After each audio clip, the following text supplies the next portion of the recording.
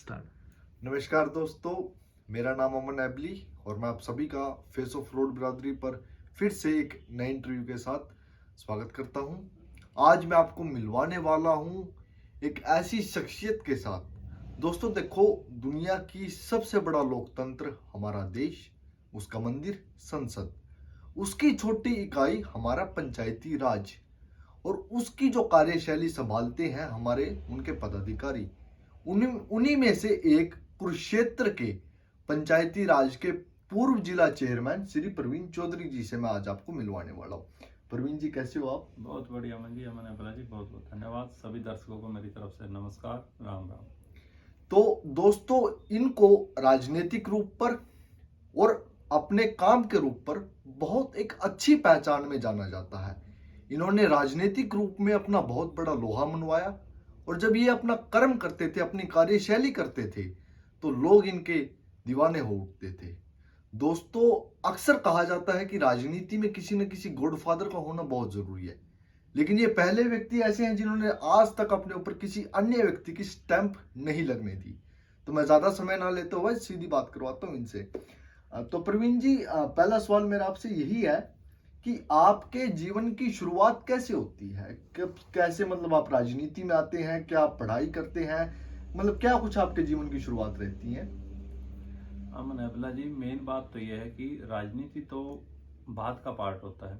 सबसे पहले तो हम लोग तो एक समाज सेवा के तौर पर भाईचारे के साथ मिलकर कर्म करने में विश्वास रखते हैं। हम लोगों ने पहले भी जो जिला परिषद के मेंबर रहे, चेयरमैन रहे, उन दिनों भी और उनसे पहले भी और उनके बाद में भी समाज के मुद्दों पर बातचीत की, मुद्दों पर काम किया और जो भी समाज में समस्याएं हमें नजर आए कि समाज की ये समस्याएं उसको किस तरीके से दूर किया जा सकता है, उनको प्रशासन के सहयोग से, जनता के सहयोग से उसको समाप्त करने का प्रयास किया।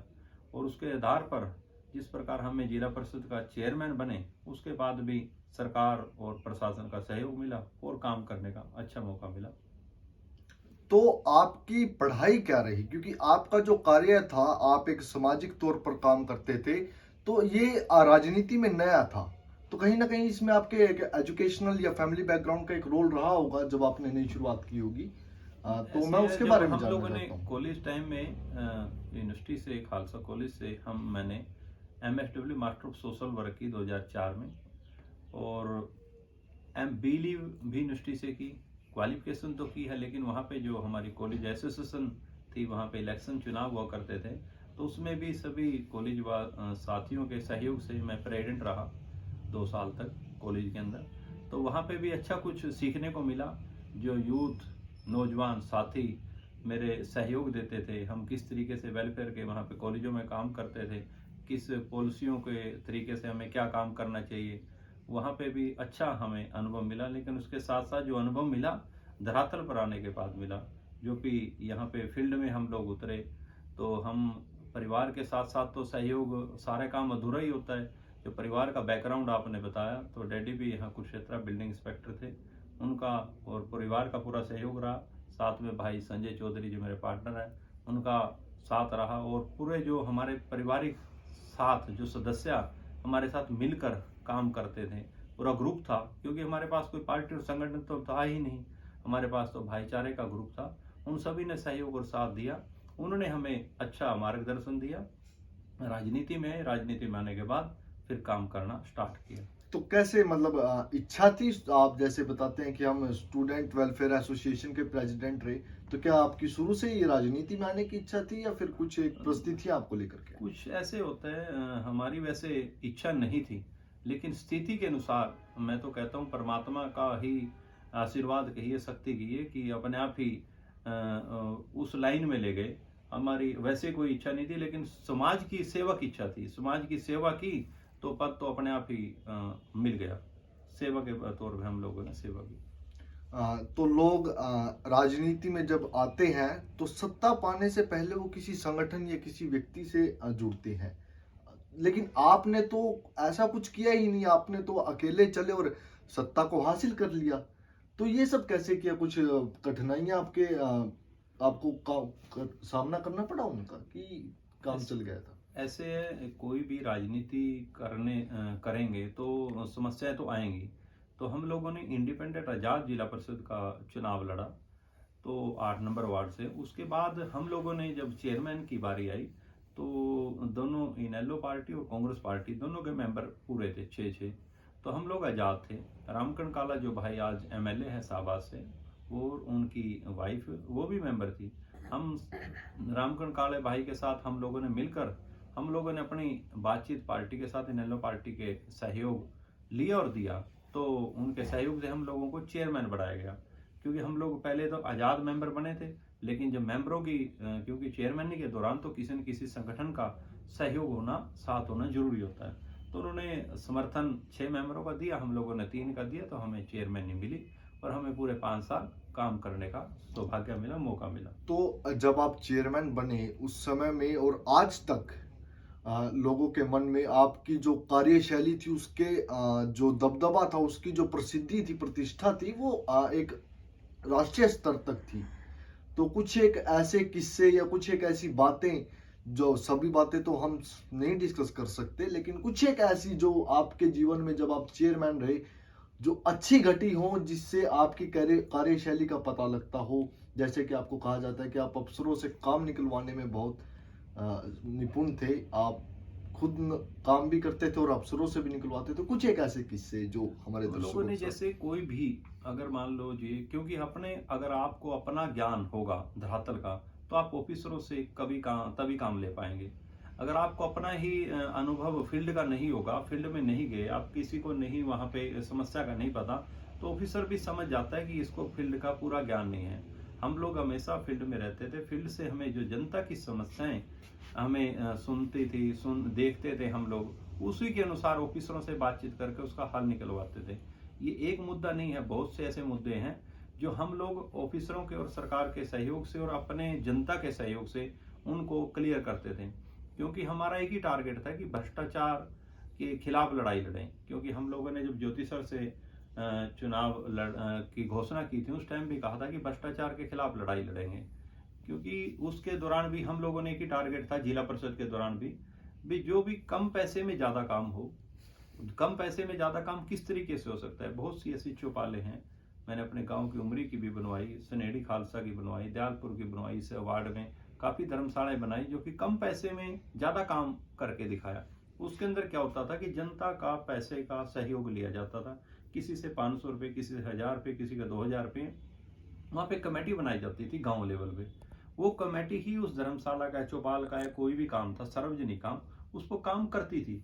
जब वो काम करती थी तो उसके अंदर भ्रष्टाचार खत्म हो जाता था, क्योंकि अधिकारी और कर्मचारियों का या कोई ठेकेदार का इन्वॉल्वमेंट नहीं होता था। People empowerment. हाँ, वो उसके अपना पैसा वो इकट्ठा करते थे। कुछ सरकार का ग्रांट होती थी, तो मिलजुल कर जहाँ पे जनता का पैसा साथ में लगा हो और सरकार का ग्रांट साथ में लगा हो, तो उसमें कोई भी व्यक्ति पैसे खा नहीं सकता।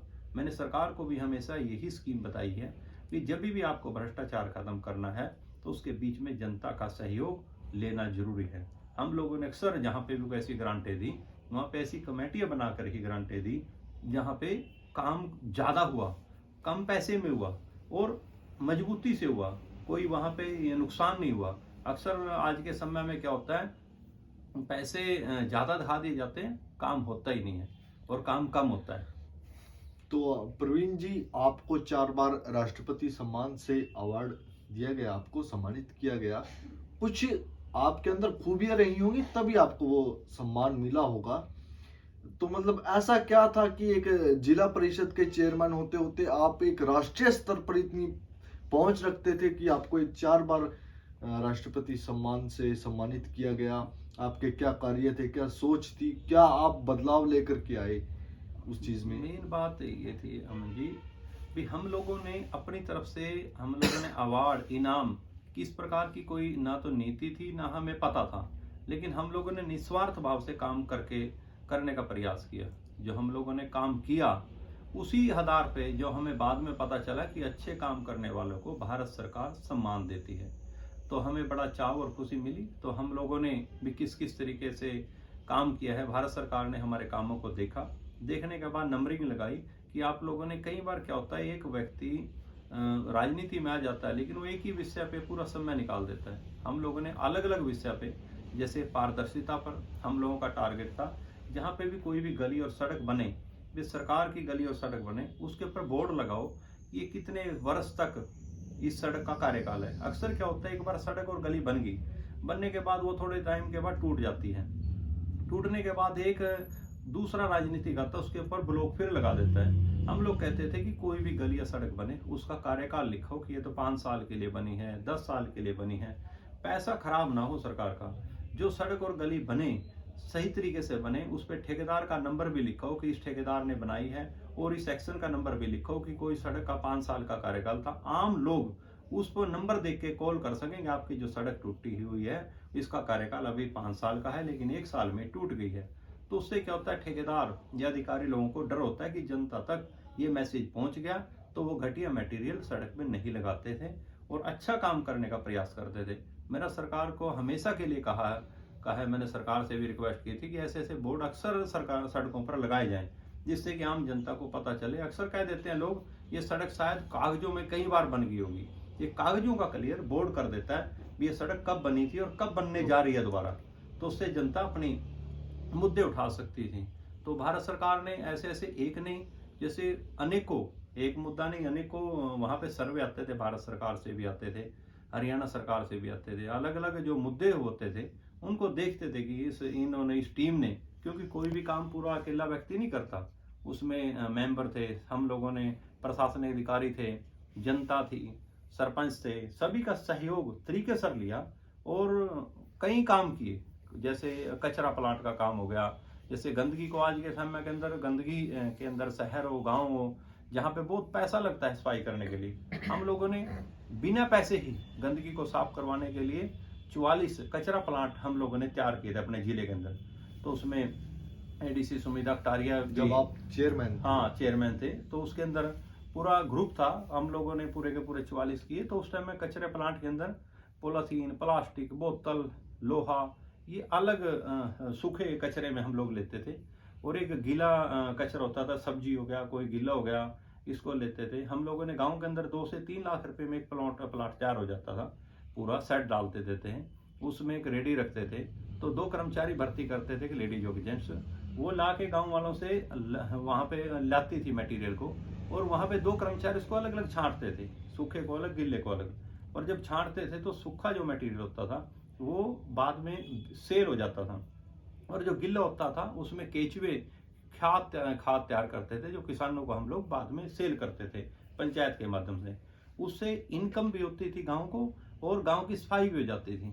ऐसी ऐसी पॉलिसियाँ, एक पॉलिसी नहीं थी, बहुत सी अलग अलग पॉलिसियाँ थी। पारदर्शिता की मैंने आपको बताई, मैंने आपको कचरा प्लांट की बताई मैंने आपको कम पैसे में ज़्यादा बात बताई। इसके अलावा बहुत सी अलग अलग पॉलिसी, इतनी पॉलिसियाँ आपको बताने लग जाऊं तो बड़ा लंबा समय लग जाएगा। तो उन पॉलिसियों से प्रभावित होने के साथ साथ चेक कर उन लोगों ने डॉक्यूमेंट्री फिल्म के माध्यम से चेक किया भी आप लोग क्या क्या काम किस किस तरीके से करते हो। हम लोगों ने काम करके सरकार को दिखाया, तो सरकार ने हमें विज्ञान भवन के अंदर, भारत सरकार ने 4 बार अलग अलग वर्षों के अंदर सम्मान दिया।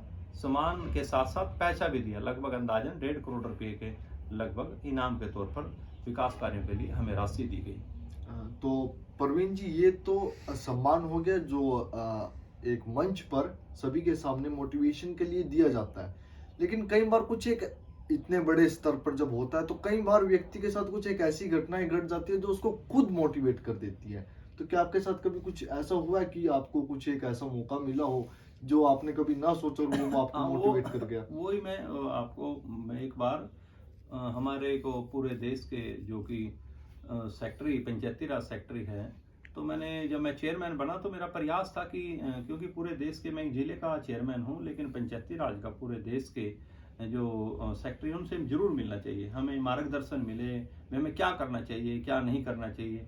तो मैं मिलने के लिए मैंने अंदाजन लगभग 6 महीने से 8 महीने के लगभग फ़ोन करके टाइम लेने का प्रयास किया, लेकिन किसी कारणवश मेरे को टाइम नहीं मिल पाया वहाँ से, सेक्रेटरी, पंचायती राज सेक्रेटरी से नहीं मिल पाया।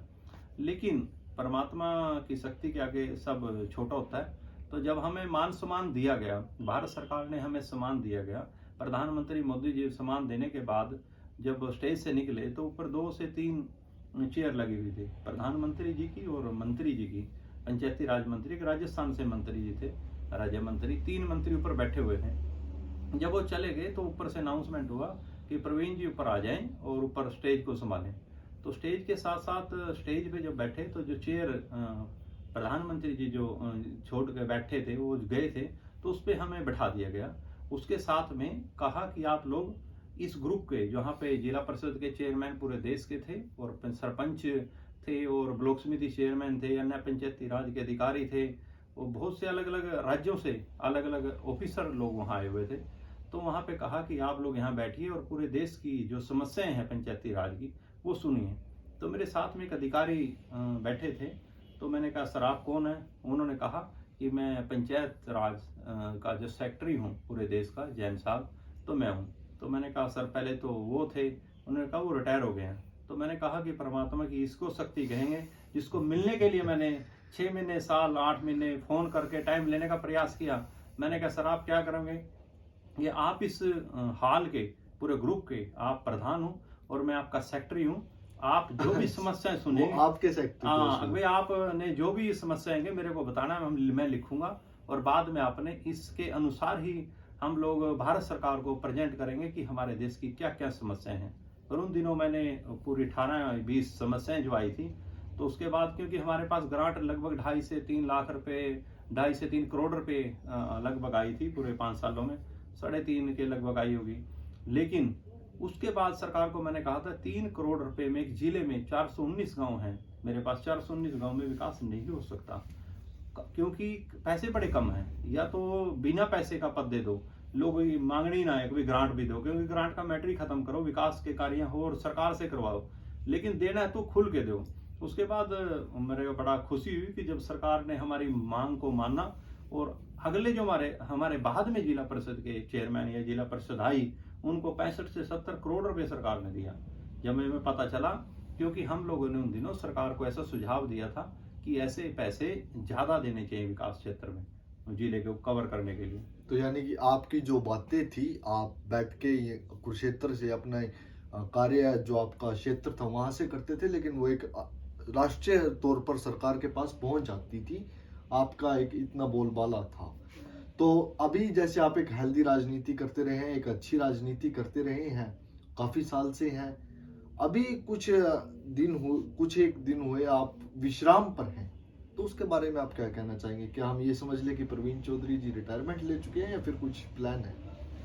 काशी मेन बात यह है कि क्योंकि हम लोगों ने जब पीछे जो चुनाव लड़ा एमएलए का, तो उन दिनों जनता ने जितना भी ज्यादा से ज्यादा सहयोग देना चाहा, 12,000 के लगभग वोटें जनता ने दिया, उसका मैं एहसानमंद उम्र भर रहूंगा। लेकिन केंद्र बिंदु थे आप उस हाँ, वक्त। लेकिन उन दिनों क्योंकि हमारे पास ना ही तो कोई पार्टी थी, ना ही कोई संगठन था भी जो कि हमें चुनाव के अंदर, लेकिन था तो भाईचारा, साथी सहयोगी सभी थे, उनके दम पर हम लोगों ने इतनी वोटें ली।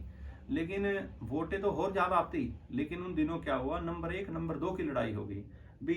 अशोक रोडे को सुभाष उदा रहेगा, सुभाष उदे को अशोक रोडा रहेगा। लोग हराने जताने की राजनीति के अंदर एंट्री कर गए।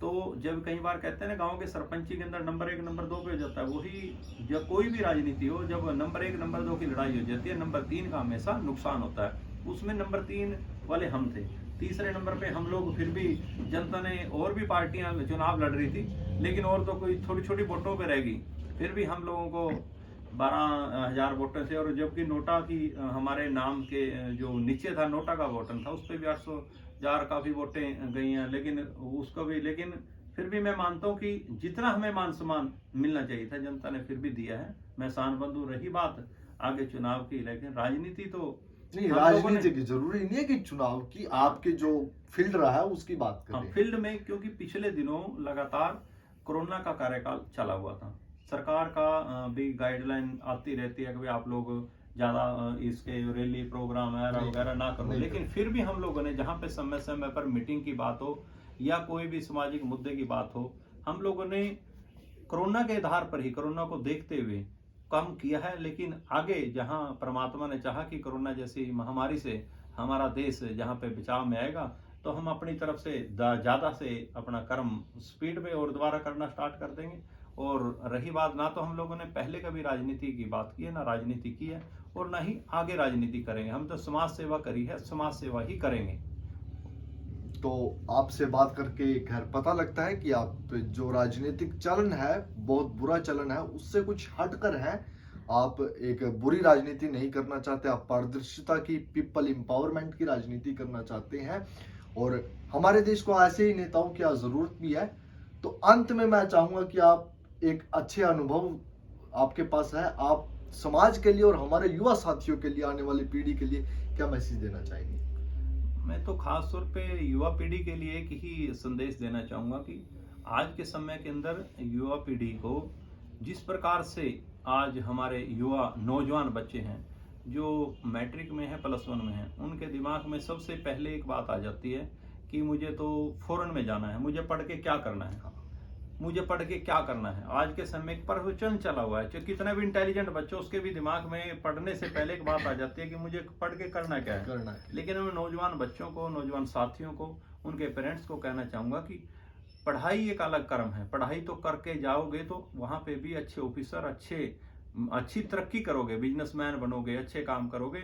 लेकिन अगर ज़्यादा पढ़ाई कम करके जाओगे तो शायद वहाँ पे इंटेलिजेंट व्यक्ति को भी लेबर का काम करना पड़ सकता है। फॉरेन में जाना कोई वो बात नहीं है, जा तो सकते हैं, लेबर भी जा सकती है, लेकिन हम लोग चाहते हैं हमारे क्षेत्र के लोग, हमारे देश के लोग वहाँ पे एक अच्छे पदों पे जाएं, जिससे कि हमारे देश का मान सम्मान बढ़े। अच्छे डॉक्टर बन सकते हैं, अच्छे इंजीनियर बन सकते हैं, अच्छे वहाँ पे साइंटिस्ट बन सकते हैं, अच्छे वहाँ पे हर प्रकार की अलग अलग क्षेत्रों में कामयाब हो सकते हैं। अकेला ये मन मत बनाए कि हमें तो वहाँ पे सिर्फ ट्रल ही चलाने हैं, हम लोगों ने मजदूरी का काम करना है। भाई जरूर चलाएं, जिसने किसी को काम, हर व्यक्ति को, मेरा तो यही है। और रही बात नशे से, और आज के जो बच्चे हैं नशे से दूर रहें, और जो बच्चे यहाँ पर हैं जो खेलों की तरफ थोड़ा सा ध्यान दें, जो कि हमारे पीछे भी साथियों ने, कहीं अपने देश के साथियों ने, अपने आप लोग जैसे रोड बरादरी चैनल से हैं भाई सुरेंद्र जी ने और भाई ने चोपड़ा जी ने और स्पेशल हमारे नाम, मान और सम्मान बढ़ाया खेलों के अंदर, ओलंपिक में नाम लेके आए हैं। तो आप लोगों से भी यही है कि आप लोग भी इसी प्रकार से नौजवान साथियों को मोटिवेशन करें, और क्योंकि खेलों का भी काम महत्व देना हमारी जिम्मेदारी है। तो कहने का मतलब ये है कि ज्ञान और टैलेंट पे ज्यादा ध्यान दीजिए, क्योंकि दौलत भी छीनी जा सकती है, शोहरत भी छीनी जा सकती है। ज्ञान और टैलेंट कोई किसी का छीन के नहीं ले जा सकता, वो अपनी दौलत है। तो साथियों, मैं समझता हूँ कि ये इंटरव्यू आप सभी के लिए बहुत मोटिवेटेड रहेगा, आपको यह वीडियो बहुत पसंद आएगी। और अगर आपको यह वीडियो पसंद आए सचमुच, तो लाइक और शेयर जरूर कर देना। अगर आपका कोई सुझाव है तो कमेंट बॉक्स आपके लिए खुला है। और हाँ, अगर अभी तक आपने हमारे चैनल को फॉलो या सब्सक्राइब ही नहीं किया तो देर किस बात की, अंगूठा दबाइए। खुश रहे, आबाद रहे, बी नेचुरल, बी न्यूट्रल। धन्यवाद।